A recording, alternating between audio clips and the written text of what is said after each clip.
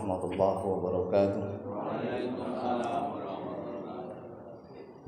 Alhamdulillah rabbil alamin wa bishrah li sadri wa yassir li amri wa hlul 'uqdatam min lisani yafqahu qawli. Asyhadu an la ilaha illallah wahdahu la syarika lah wa asyhadu anna Muhammadan abduhu wa rasuluhu la nabiyya ba'da ila yaumil qiyamah. Usi nafsi bi taqwallahi faqad fazal muttaqun. Ya ayyuhallazina amanu taqullaha haqqa tuqatih wa la tamutunna illa wa antum muslimun. Jamaah salat subuh yang dimuliakan oleh Allah Subhanahu wa taala. Bersyukur kita kepada Allah Subhanahu wa taala, pagi ini kita masih diberikan waktu yang sangat luar biasa kepada kita semuanya untuk bisa hadir melaksanakan ibadah salat subuh. Salawat dan salam kepada Rasulullah sallallahu alaihi wasallam. Mudah-mudahan kita selalu tetap dengan ajaran beliau, istiqomah, dan nanti di yaumil akhir kita bisa dikumpulkan bersama beliau dan mendapatkan syafaat beliau. Amin Allahumma amin. Jamaah salat subuh yang dimuliakan oleh Allah Subhanahu wa taala,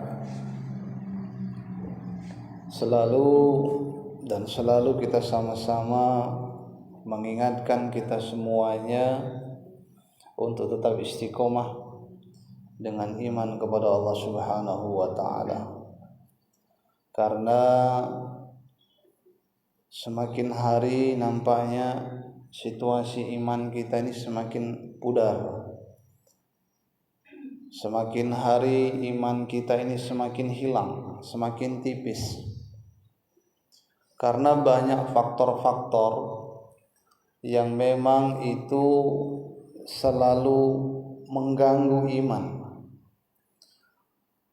Dari poin iman itu ada yang kita garis bawahi, mungkin yang selama ini selalu bertanda tanya. Kenapa harus sholat? Kenapa harus puasa? Kan begitu. Di setiap mendengarkan ceramah, tausiah dan lain sebagainya macam, selalu ada kalimat pahala dan dosa. Sebenarnya itu bagaimana bentuk pahala itu? Bagaimana bentuk dosa itu? Sehingga kita itu masih banyak yang ragu di dalam melaksanakan perintah Allah. Karena semakin hari kita lihat itu masjid itu semakin sepi. Dan sekarang banyak juga kebijakan itu yang mengikis iman. Banyak juga kita sebagai orang tua itu menjauhkan anak juga dari iman. Banyak juga tapi saudara-saudara kita yang mengajak kembali untuk menuju fitrah iman itu sendiri. Salah satu contoh kebiasaan yang sudah disampaikan oleh Rasulullah itu nikmatnya jalan kaki menuju masjid pada hari Jumat. Hadisnya sahih, dikeluarkan daripada Abu Daud. Kata Rasulullah itu, siapa yang mandi pada hari Jumat, habis mandi dia itu pakai wangi-wangian. Setelah pakai wangi-wangian dia itu berjalan kaki menuju masjid untuk mendengarkan khutbah dan duduk di belakang imam. Maka kata Rasulullah, beliau itu akan mendapatkan pahala seperti orang melaksanakan puasa setahun dan melaksanakan qiyamul lail setahun. Bayangkan, cuman jalan keting saja itu menuju masjid, sebegitunya pahalanya itu digambarkan oleh Allah itu. Namun yang menjadi tanda tanya itu pahalanya ini mana? Kok nggak pernah nampak? Udah hubana masuk masjid ini masih juga nggak pernah nampak itu pahala itu. Nah sekarang ini jenis pahala itu terkikis dengan sistem kehidupan kita sehari-hari. Ada cash dengan kredit. Maunya kita itu instan, dibayar langsung tunai, cash di depan mata, selesai. baru kita itu yakin bahwasanya Allah itu ada. Padahal dalam surah Al-Baqarah itu allazina yu'minuna bil ghaib. Ghaib itu banyak. Salah satu yang ghaib yang jelas-jelas itu menggugah iman kita itu adalah Allah Subhanahu wa taala. Dan Allah ini punya program, punya aturan main, dan ini jarang kita indahkan. Terkadang itu saya sangat luar biasa. Masjid Rukis ini selalu saya baca itu Yayasan Amal Bakti Muslim Pancasila itu. Yang aku pernah masuk itu ada 4 buah masjid kalau tidak salah. Satu di Winpas, sama masjid seperti ini juga. Terus di Rigangan, satu lagi ada di Lampung. Cuman bukan saya muji masjid kita Masjid Rukis, tapi yang sejahtera itu ya Masjid Rukis. Karena kenapa? Kita betul-betul menggugah iman. Panggilan iman itu ada. Kalau di Rigangan itu tidak ada. Pernah saya mampir sholat Jumat itu jamaah cuma 3 orang. Tadi malam terakhir itu saya bingung mampir mana ini itu sholat mau takziah itu. Mampir lagi di masjid yang sama. Kami yang azan, kami juga yang jadi imam. Saya tanya itu dengan jamaah tadi malam itu. Kenapa saya bilang masjid itu merupakan angker bagi kita? Apa yang dibilang? Belum ada hasilnya Pak Ustaz. Saya bilang hasil yang gimana?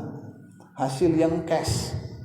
Bukti kalau kami itu sholat itu dikasih pahala. Nah ini saya bilang yang jadi masalah itu.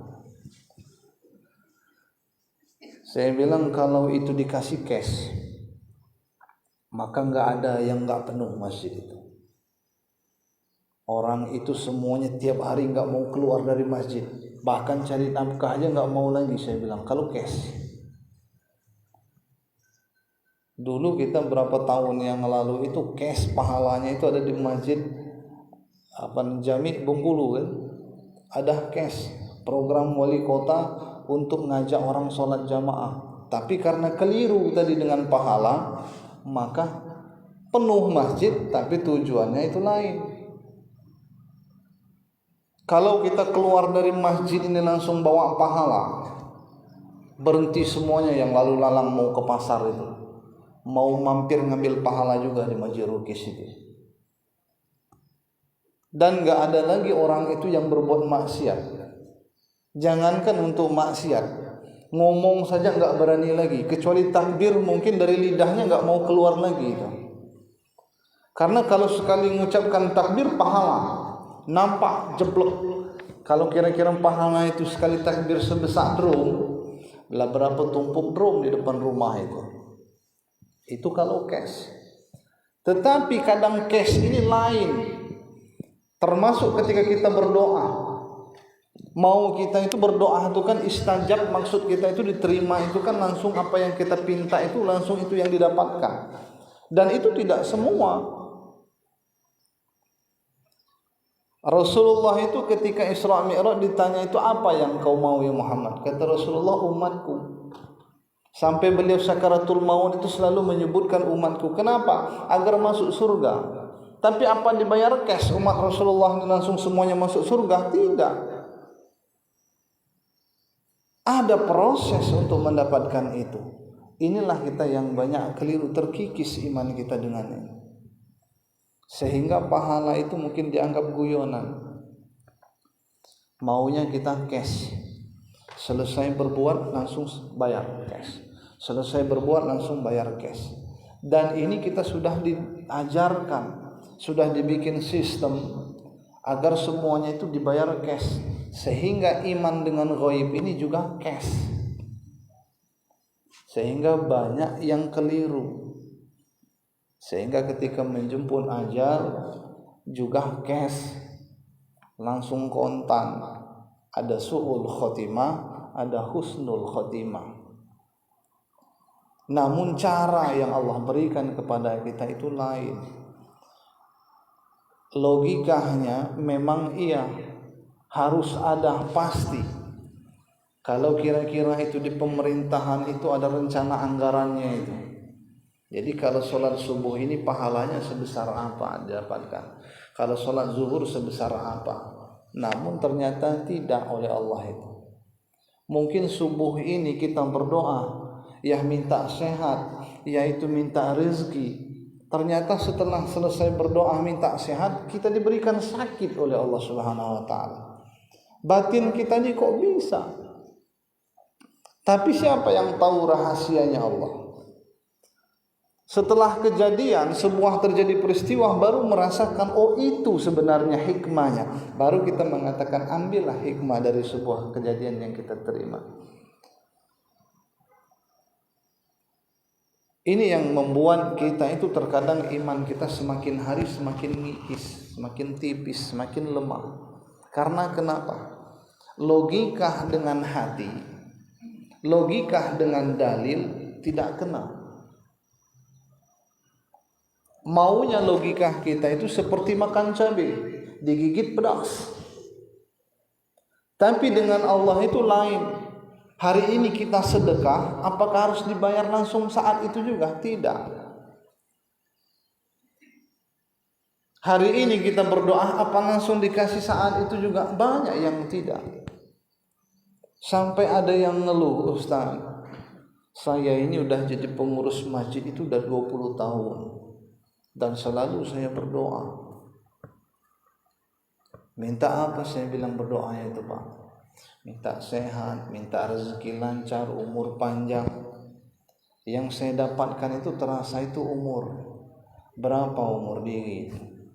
Umur aku sekarang itu 70 tahun. Nah, kalau rezeki ya masih ceput, Ustaz. Apalagi kini masa musim paceklik gitu. Jadi nampak rezeki. Saya bilang, apakah rezeki itu berupa harta? Ya bisa jadi. Nah, kalau bisa jadi, tadi makan deh. Makan, itu rezeki. Tapi kalau dikasih banyak, apa kata makan enggak lah? Habis dimakan serempak. Kan belum tentu. Tetapi Allah kasih itu sesuai dengan kadar kita. Yang mampunya kita segitu, ya udah segitu memang dikasih. Nggak mungkin cangkir itu dikasih itu air penuhnya numpuk air itu, saya bilang nggak mungkin, pasti sesuai dengan takaran gelasnya. Maka kan saya bilang dengan ini, selain air, saya bilang muatan itu tidak ada yang penuh, Pak. Kok bisa? Gelas saya bilang diisi apa? Kue penuh, mungkin sampai ke atas, tapi ruang di gelas itu tidak penuh. Maka nggak dikatakan gelas itu penuh, saya bilang. Mungkin yang paling kecil saya butiran, mungkin biji beras masuk ke dalam gelas, nggak penuh juga walaupun numpuk sampai ke atas, karena masih ada ruang. Tapi kalau air, kelihatan nggak saya bilang butir di dalam gelas itu pasti penuh, tapi dia rata. Itulah nikmat yang Allah berikan kepada kita itu. Maka tadi saya bilang jangan kita berharap lebih. Berharap lebih itu sehingga membuat kita lalai. Lalai dengan qadar yang Allah kasihkan kepada kita. Inilah fungsi iman yang ada dengan kita. Sehingga dia menata kehidupan kita itu dengan baik. Tapi tanpa iman semuanya hancur begitu saja. Hancurnya itu enggak mesti hancur lebur, habis, tidak. Tapi tatanya rusak. Satu persatu mulai, satu persatu. Maka tadi malam saya sampaikan, kalau kami di mana, alhamdulillah hampir seminggu ini belum turun hujan. Tapi kita lihat saudara-saudara kita di Lahat itu banjir bandang. Banyak yang hanyut. Tadi juga saya subuh ke sini jadi Panggar Dewa itu ada basah hujan itu dari kantor bupati sampai dengan jembatan itu, air Palak Saga itu, sampai itu saja. Lah, kok bisa seperti itu? Karena sudah Allah kasih nikmat yang harus disiram itu ya tanaman petani yang ada di sekitar rumah dinas itu. Yang di sini mungkin sudah dapat jatah kemarin. Nah, dengan hal seperti ini kalau dikaji logika memang nggak masuk akal. Maka dipanggil dengan iman tadi. Pahala itu kalau nampak secara langsung tiap hari ke masjid itu tidak bawa truk itu. Mungkin cukup lagi dengan truk itu, bawa lagi kendaraan yang lebih besar. Mana lah tempat parkir kita di sini. Tapi karena tadi pahala itu nanti akan Allah nampakkan ketika di yaumil akhir. Setelah dilihatkan, fa amma man utiya kitabahu bi yamini fayaquluha umqra'u kitabiyah. Allah kasih dengan tangan kanan. Apa dijawabnya? Inni zonantu, saya berpikir, ini zonantu katanya, saya berpikir ini bukan buku saya ini. Halaka anni sultaniyah, apakah betul ini hasil dari kekuasaanmu ya Allah? Dijelaskan itu. Kalau dikasih tangan kanan kita tidak yakin, masa ini buku saya, padahal saya banyak berbuat dosa. Saya berpikir saya ini siapalah saya. Wa amma man utiya kitabahu bisimalihi, tetapi ketika dikasih pakai tangan kiri oleh Allah, fayaqulu ya laitani lam uta kitabiyya, ya Allah, jangan pernah engkau kasihkan buku itu kepada saya. Karena kenapa? Hasil pertanggungjawaban kita baru nampak nanti di akhirat. Enggak mau kita menerima, jangan pernah dikasih. Jangan kau pernah kasih ya Allah. Karena kenapa? Kalau udah kasih kiri sama kanan, kalau dikasih kanan kita tidak yakin kalau kita ini orang baik, dikasih tangan kiri nggak sanggup menerimanya. Tapi sekarang saat ini kita bisa mengatakan, kalau saya tahu pahalanya segitu, saya mau berbuat. Maka dulu pernah saya sampaikan hadis Rasulullah yang sahih itu, 3 kali nyebutkan sayang. Karena kenapa? Ibadah itu setengah-setengah. Sebentar lagi kita masuk bulan suci Ramadan. Banyak godaan untuk sampai ke bulan suci Ramadan. Godaan yang pertama itu adalah umur. Umur ini yang menjadi ketar-ketir, sehingga ke menyambut bulan suci Ramadan itu Rasulullah ajarkan kepada kita, ya Allah, berkahilah bulan Rajab dan Sya'ban dan sampaikan kami kepada bulan Ramadan. Wa ballighna Ramadan. Kenapa harus disampaikan ke Ramadan? Agar kita ini menggapai pahala yang sesungguhnya itu, yang betul-betul diharapkan. Tapi di bulan suci Ramadan juga tidak yakin. Bagaimana pahala bulan suci Ramadan? Puasa kok dapat pahala itu gimana ceritanya? Maka saya bilang, kalau di Timur Tengah itu, kalau bulan suci Ramadan, nggak ada orang buka puasa dalam rumah. Tapi kalau kita di Indonesia ini, khususnya di dusun kita, kalau buka puasa itu aib, buka puasa di depan rumah. Kalau di Timur Tengah itu nggak mau mereka buka puasa di dalam rumah. Karena kenapa? Mereka yakin dengan pahala itu. Rebutan Pak, kalau kita ini tahu kita dari Indonesia, ini copot bisa tangan, lepas tangan kita, rebutan supaya mereka itu bisa narik kita berbuka dengan mereka. Salat Jumat dari hadis yang saya sampaikan itu, kita pakai motor atau pakai mobil, mereka itu rela jalan kaki sampai hampir 1 kilo jalan kaki untuk menuju masjid itu. Berhenti kita, ayo naik, dia bilang nggak mau. Kenapa? Langsung kita dikasih dalil. Qala Rasulullah sallallahu alaihi wasallam, dia bilang, man ghasala fi yaumil jum'ah, siapa yang mandi pada hari Jumat, wadana wa masa, dijelaskan. Waduh, kita malu. Tapi kalau kita enggak, di depan ini saja kita mau naik motor. Kenapa bisa seperti itu? Karena tadi kita itu mau cash, semuanya mau instan langsung. Kalau di situ enggak. Maka saya sampai kemarin saya tanya, kenapa orang Timur Tengah itu bisa angkuh dengan kekayaannya? Karena mereka suka sedekah. Kalau kita sedekah itu enggak mau, bakhil kita, pelit.